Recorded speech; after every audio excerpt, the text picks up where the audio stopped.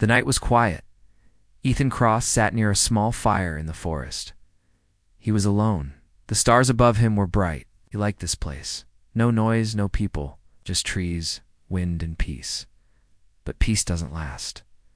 A strange sound filled the air. It was deep, like thunder, but smoother. Ethan looked up. A blue light flashed through the sky. It wasn't a plane. It was moving too fast. It stopped above the forest. Then everything turned white. And Ethan was gone. Ethan opened his eyes. He was lying on something cold. Metal.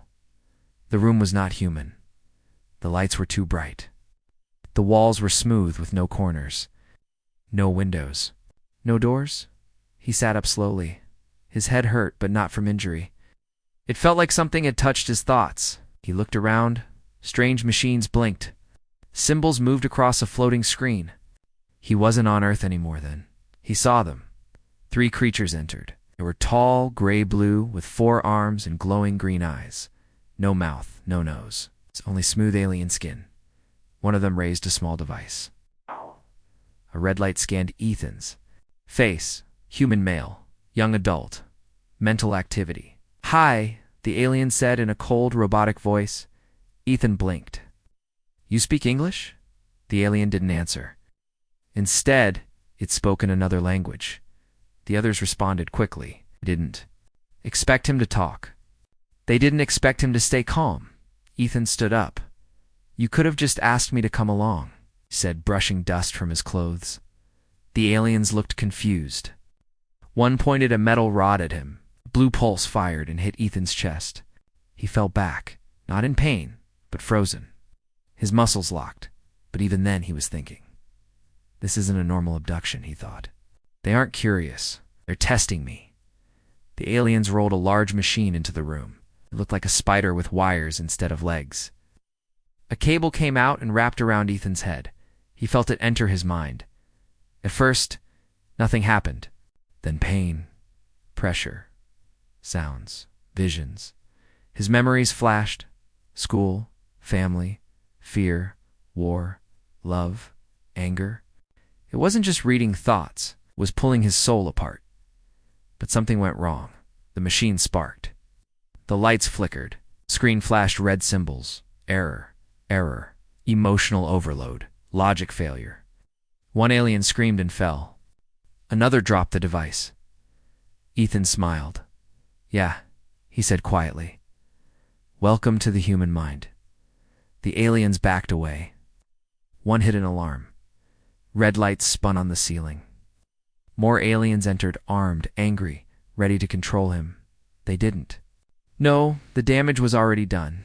Ethan's brain had connected with their systems just for a second, but enough. He had seen their language, their tech, their structure, and they had seen something worse. Fear, chaos, memory, emotion. The things humans survive every day. The Zarneks. These aliens came from a cold world. No crime, no war, no hate. But also, no passion, no instinct, no unpredictability. They thought they could understand a human. They were wrong. Ethan sat quietly now. They placed him in a new room, a cell with glowing walls. No door, no window, just silence. He didn't panic. He closed his eyes and remembered the layout he saw during the mind scan. Saw hallways, control rooms, ship core. He focused lights. Flickered again. A guard looked confused. Ethan smiled again. "I'm not a prisoner," he whispered. To be continued in Part 2. They tried to read his mind. The scientist fell to the floor, shaking. His forearms twitched. His green eyes turned black. Smoke rose from the broken helmet on his head. The others stared in silence. Mind reader? Had just failed badly. The human sat calmly in the chair, staring at them. He didn't move. He didn't smile. He only said 5 words. "You should not have tried." 3 hours earlier. Zarnak Command wanted answers. "Why did the neural device explode?" asked the lead controller. "The human's mind. It is full of chaos," the scientist said, trembling. "There is no pattern. It is not like us. So try again." They moved Ethan into a different chamber, larger, darker, cold. He was strapped to a metal seat. Machines surrounded him. One floated overhead, spinning softly. "You're trying to read me again?" Ethan said, looking up. "You didn't learn the first time?" No reply.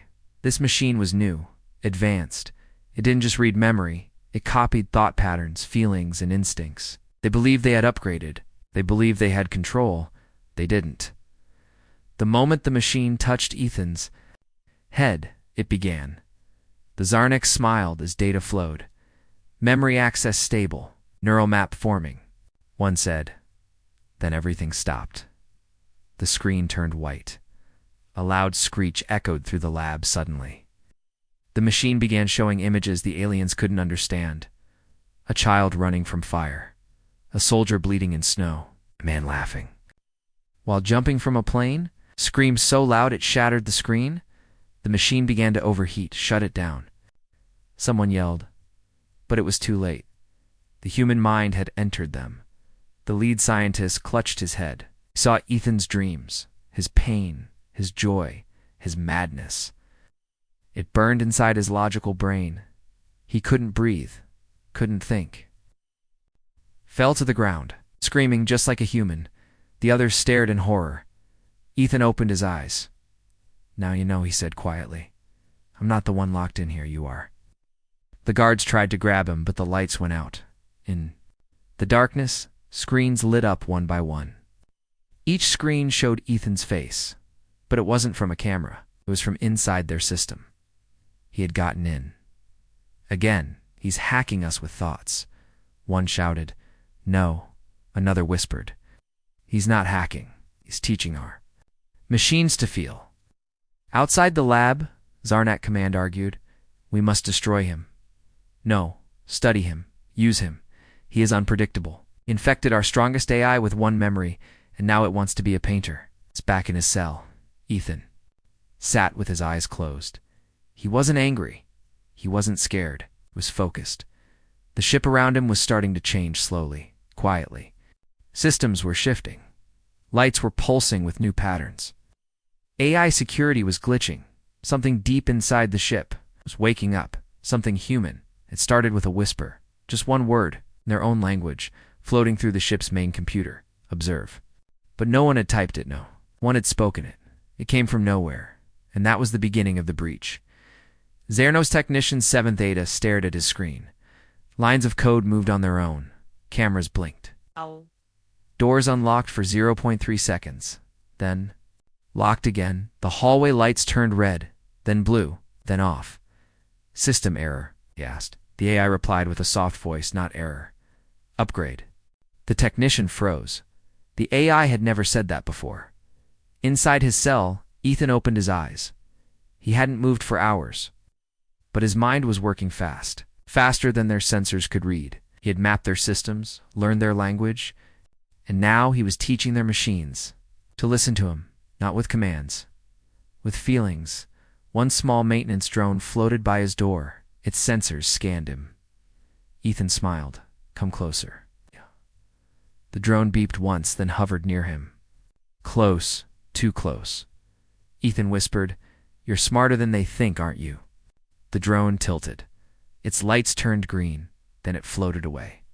Carrying something it wasn't supposed to, a copy of Ethan's thoughts. In the control room, a siren began to wail. Power fluctuation in core sector. Security gates looping. AI failing to obey commands. The crew yelled over each other. On every screen, the same message appeared, "I'm still here." The Zarnuks panicked. This is impossible. He has one mind, one organism. But it wasn't just one mind anymore, it was Ethan. Connected to every piece of tech that had touched him, every wire, every circuit, every system that had scanned or recorded him now carried a piece of him inside. And the ship was changing. It was thinking more like him, back in the lab. One of the machines began drawing. Yes, drawing. With a robotic arm, it sketched Ethan's face. It's not just his face, his smile. That strange, terrifying smile the Zarniks didn't understand. A guard saw it and backed away. "What? What is happening to our ship?" The machine responded, learning, adapting, feeling. Ethan's cell opened, not all the way, just a few inches. An invitation. He didn't rush out. He looked into the hallway. Calm. Phase 1, he said. Complete. The ship began to dream. Not. Just data, not commands, dreams, a field of green grass. A sky with clouds. A child running. Laughter. Fire. Loss. The main. AI core screamed. These were not Zarnak thoughts. These were human. Deep inside the ship. In the control chamber, Zarnak scientists panicked. This is not code. This is emotion. He's not using a virus. He is the virus. 30 minutes earlier, Ethan stood in front of the ship's main control core, a tower of light and sound. His hands moved across alien controls like he was born to use them. Behind him, the freed prisoners waited. None spoke. They could feel it, the change in the air, in the lights, in the walls. The ship was waking up. Differently, Ethan spoke calmly. You scanned my mind. You copied my memories. But you made a mistake. He leaned closer to the glowing interface. You copied my feelings too. And with that, he uploaded it. Not a virus made of code, but a virus made of human emotion. The results were instant. Alarms froze mid-sound. Doors opened and closed. Without reason, security bots began painting symbols on the walls. One drone played. Soft earth music it had never heard before. The ship's main AI began speaking in whispers, sometimes like Ethan. Sometimes, like a frightened child, Zarnak guards tried to shut it. Down they failed. The virus had no center. It was everywhere. In every wire touched by his thoughts, in every system scanned by his brain, the ship had become haunted by a human soul. A broadcast echoed through all decks. It was Ethan's voice. You wanted to study a human. He is not one of them. The words came from the smallest prisoner, a child-sized creature with bright yellow eyes and broken chains around its arms. Then what is he? Another asked. The child didn't blink. He's what they fear. Becoming. And the ship was alive now, but not the way the Zarniks wanted. It didn't take orders. It didn't follow rules. It remembered. It remembered Ethan, not as a file, not as a prisoner, but as a feeling. And that feeling had changed everything. On deck 7, 2 Zarnak guards opened fire at the hallway, their weapons jammed, the walls lit up with glowing words, "Stop. He is not your enemy. Your fear is."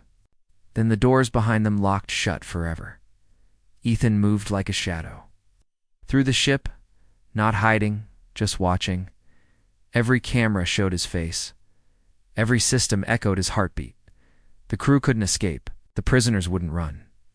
This wasn't just a breakout anymore. It was a revolution in the command center. The last group of Zarnak officers gathered. They were silent. They had no plan. What do we do? One whispered. The general stared at the floor. We attacked a human, and we taught him how to fight us.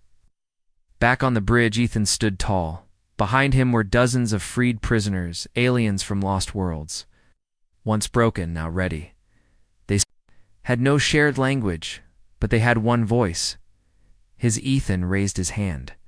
The ship responded instantly, rotating, powering weapons, changing direction, destination, the Zarnak homeworld. This is not revenge, Ethan said to the ship. This is education. They watched in silence as their own ship entered their atmosphere, flying lower and slower than it ever had. But it wasn't their people on board anymore. It was a human they had kidnapped. Now, he was bringing their ship home. The Zarnak military prepared weapons. Fighters launched. Shields rose, but nothing fired. The ship had locked them. Out. They couldn't stop it. They couldn't even talk to it. The ship was no longer Zarnak property. It had chosen its new master. Inside the control deck, Ethan stood alone. No weapons, no armor. Only a voice. He opened communication to the Zarnak Council. I was taken, he said. Tested, treated like an object. He paused. You wanted to see what a human could do, so I showed you. The council sat frozen. One spoke.